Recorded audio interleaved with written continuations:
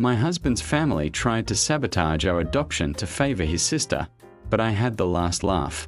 I'm still reeling from everything that's happened, and honestly, I don't even know where to begin.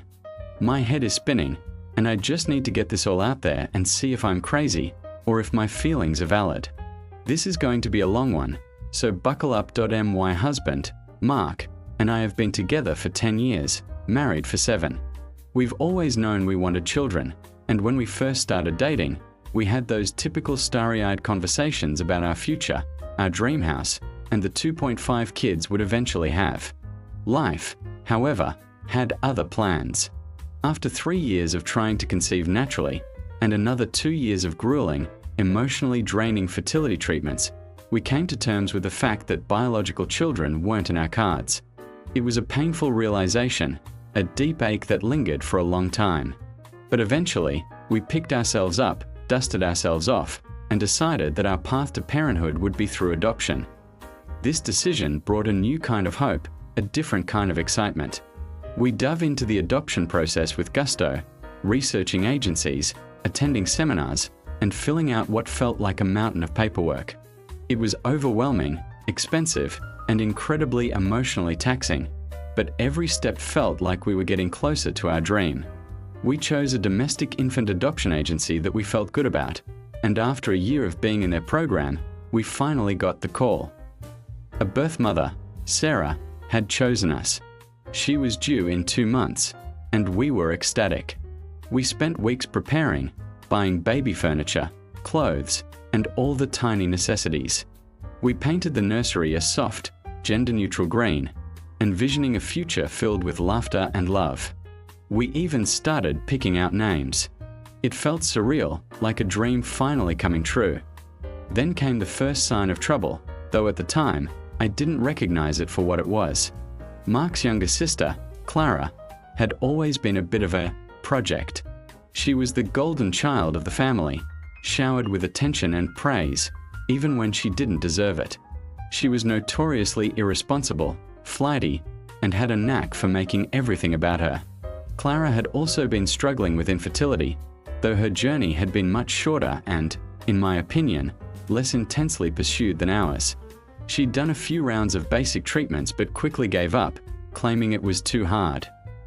When we announced we had been chosen by a birth mother, her initial reaction was surprisingly subdued. I remember thinking, wow, she's actually being supportive for once. I was naive. A week after our exciting news, Clara called us, sounding oddly chipper. She announced that she and her husband, David, had decided to pursue adoption as well. My heart sank a little, but I tried to be happy for her. "That's wonderful, Clara."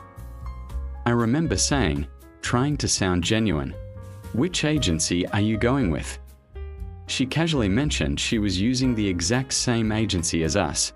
A red flag went up, but I brushed it off. It was a reputable agency. Maybe it was just a coincidence. Mark seemed to think nothing of it, either, chalking it up to Clara following in our footsteps as she often did. Things got progressively stranger. Our social worker, a kind woman named Emily, started asking us some unusually detailed questions about our finances and our stability, things that had already been thoroughly vetted. I found it odd, but again, I assumed it was just part of the process. Emily mentioned, in passing, that another family in the agency had recently expressed some concerns about our readiness to adopt, specifically regarding our financial standing and our commitment to the adoption process. My alarm bells started ringing loudly this time. Who would be expressing concerns about us? We had been nothing but diligent and enthusiastic. I brought it up to Mark, who was dismissive.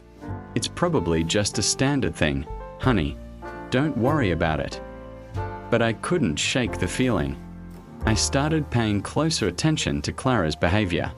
She was suddenly very interested in our conversations with Emily, asking specific questions about deadlines and documentation. She even asked if she could borrow some of our completed paperwork as a template. I politely declined, explaining that our situations were unique and the agency provided all necessary forms. She pouted, but didn't push it. Then came the phone call that changed everything. It was Emily, our social worker. Her voice was strained. She informed us that Sarah, our birth mother, had decided to go with another family. My world shattered. I remember the phone slipping from my hand, the sound of it clattering on the hardwood floor echoing in the sudden silence of our home.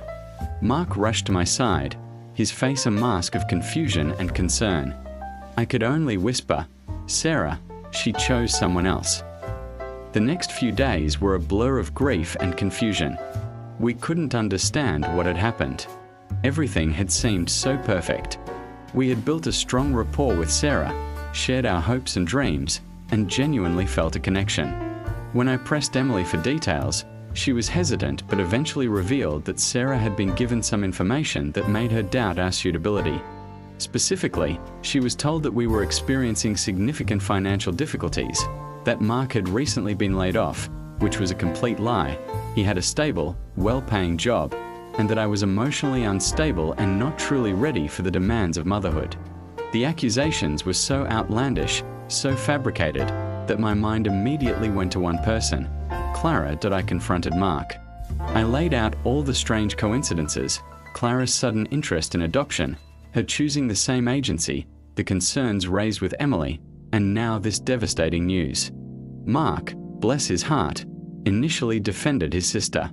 Clara wouldn't do something like that. She knows how much this means to us. But even as he said it, I could see the doubt creeping into his eyes. He knew, deep down, that it was exactly the kind of manipulative, self-serving thing Clara was capable of. We decided to investigate. We called Emily back and explained our suspicions. She was clearly uncomfortable but admitted that the concerns had been voiced by an anonymous caller who claimed to be a close family member. The caller had also provided fabricated evidence, including doctored bank statements and fake social media posts designed to make me look unstable. It was elaborate, cruel, and clearly premeditated. Emily, seeing our distress and the clear manipulation, was genuinely apologetic. She couldn't reveal the identity of the anonymous caller due to privacy policies, but she strongly advised us to reconsider our relationship with whoever would do this to you.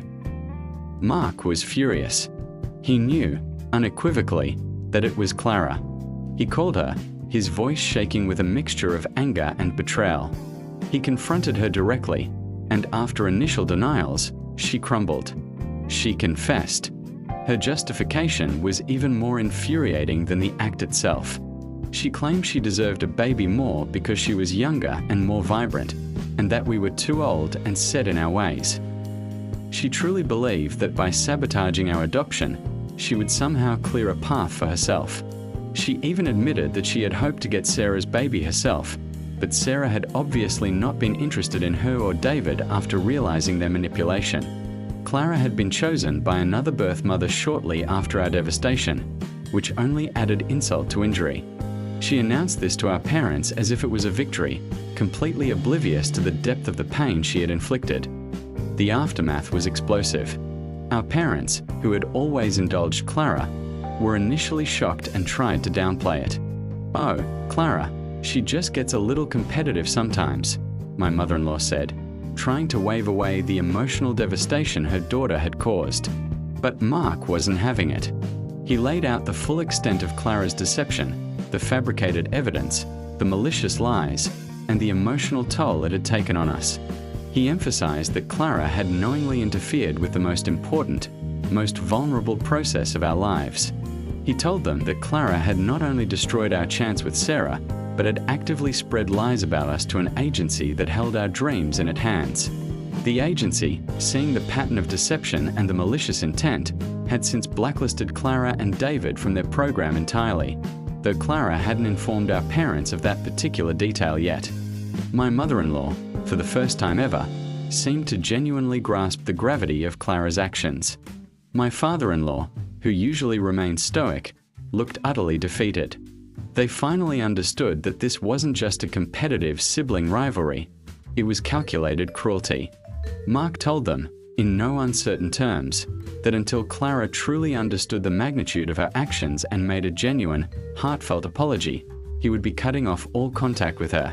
He also made it clear that if they continued to enable her, our relationship with them would be severely strained. Clara, of course, was indignant. She saw herself as the victim, claiming we were overreacting and that she just wanted a baby so badly. She never offered a true apology, just a series of excuses and self-pitying statements. My husband, true to his word, went no contact with her. It was incredibly difficult for him, as they had always been close despite her antics, but he stood firm.as for us. We were heartbroken. We went through a period of deep mourning for the baby we had almost had, and the trust that had been irrevocably broken within our family. We considered taking a break from adoption altogether, feeling utterly defeated. But then, something incredible happened. A few months later, Emily called us again. Her voice was different this time, lighter, more hopeful. She explained that Sarah, our birth mother, had regretted her decision. After choosing the other family, she had felt a persistent unease, a gnawing feeling that something wasn't right. She had done some digging, a little online research, and had found some discrepancies in the information she had been given about us. She realized she had been manipulated and that the other family, while seemingly nice, had a strange, almost desperate energy about them that felt off. She had confronted them, and they had eventually admitted to knowing Clara and collaborating with her to sway Sarah's decision. They were also blacklisted from the agency. Sarah, feeling incredibly guilty and distraught, reached out to Emily, explaining everything. She told Emily that her initial connection with us had been genuine and strong, and she felt terrible for letting herself be misled. She asked if we would be willing to reconsider. When Emily told us this, I could barely breathe. Mark and I looked at each other, tears streaming down our faces. It felt like a miracle. After all the pain, all the heartache, a second chance. We cautiously agreed to speak with Sarah again. The conversation was emotional, honest, and healing. Sarah was incredibly remorseful, and we were understanding. We recognized that she too had been a victim of Clara's manipulation. Fast forward 3 weeks. We received another call, this one from Sarah's doctor. Sarah had gone into early labor. We rushed to the hospital, a whirlwind of emotions. Fear, excitement, disbelief. And there, in that hospital room, we met our daughter for the first time. She was tiny, perfect, and utterly beautiful. Holding our daughter, Lily, for the first time was an experience I can't adequately describe. It was the culmination of years of longing, of pain, of hope. It was everything we had ever dreamed of, and more. Sarah spent a few days at the hospital, and we had the opportunity to bond with her, to thank her, and to begin forging a relationship that, while unique, was filled with mutual respect and gratitude. She ultimately decided that she wanted us to be Lily's parents, and after a tearful goodbye, we brought our daughter home. The reaction from Mark's family has been complicated. My parents, of course, are over the moon. They adore Lily and have been incredibly supportive. Mark's parents are trying to mend fences. They visit often, bringing gifts and doting on Lily, but there's an undeniable awkwardness. They occasionally try to bring up Clara, subtly hinting that we should forgive and forget.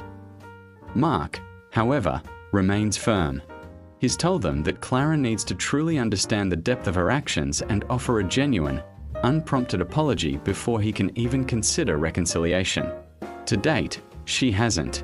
She's too busy being self-righteous and playing the victim. She still doesn't have a baby, and knowing her history, I doubt she will anytime soon. The agency she had gone with after hours blacklisted her as well after learning about her deceit, and other local agencies have been wary of her due to her prior unethical behavior. We are still navigating the complexities of our new family dynamic, but one thing is certain, we have our beautiful daughter. And Clara, in her cruel attempt to sabotage our happiness, inadvertently paved the way for the most incredible blessing of our lives. It's a bitter irony and a potent reminder that karma, sometimes, truly does come around. I don't know what the future holds for our relationship with Clara or with Mark's parents, but right now, my focus is solely on our family, on Lily, and on building a life filled with love, honesty, and genuine connection. We are whole, we are happy, and we are grateful beyond words. This whole experience has taught me so much about resilience, about the strength of love, and about the insidious nature of jealousy. It's been a painful journey, but ultimately, it led us to our daughter. And for that, I will be forever thankful, even to Clara, for her twisted, unintentional role in bringing Lily into our lives. I'm just trying to move forward, to heal, and to give our daughter the loving, stable home she deserves. And I guess I just needed to share this story to get it all out there and to perhaps find some validation that we are doing the right thing.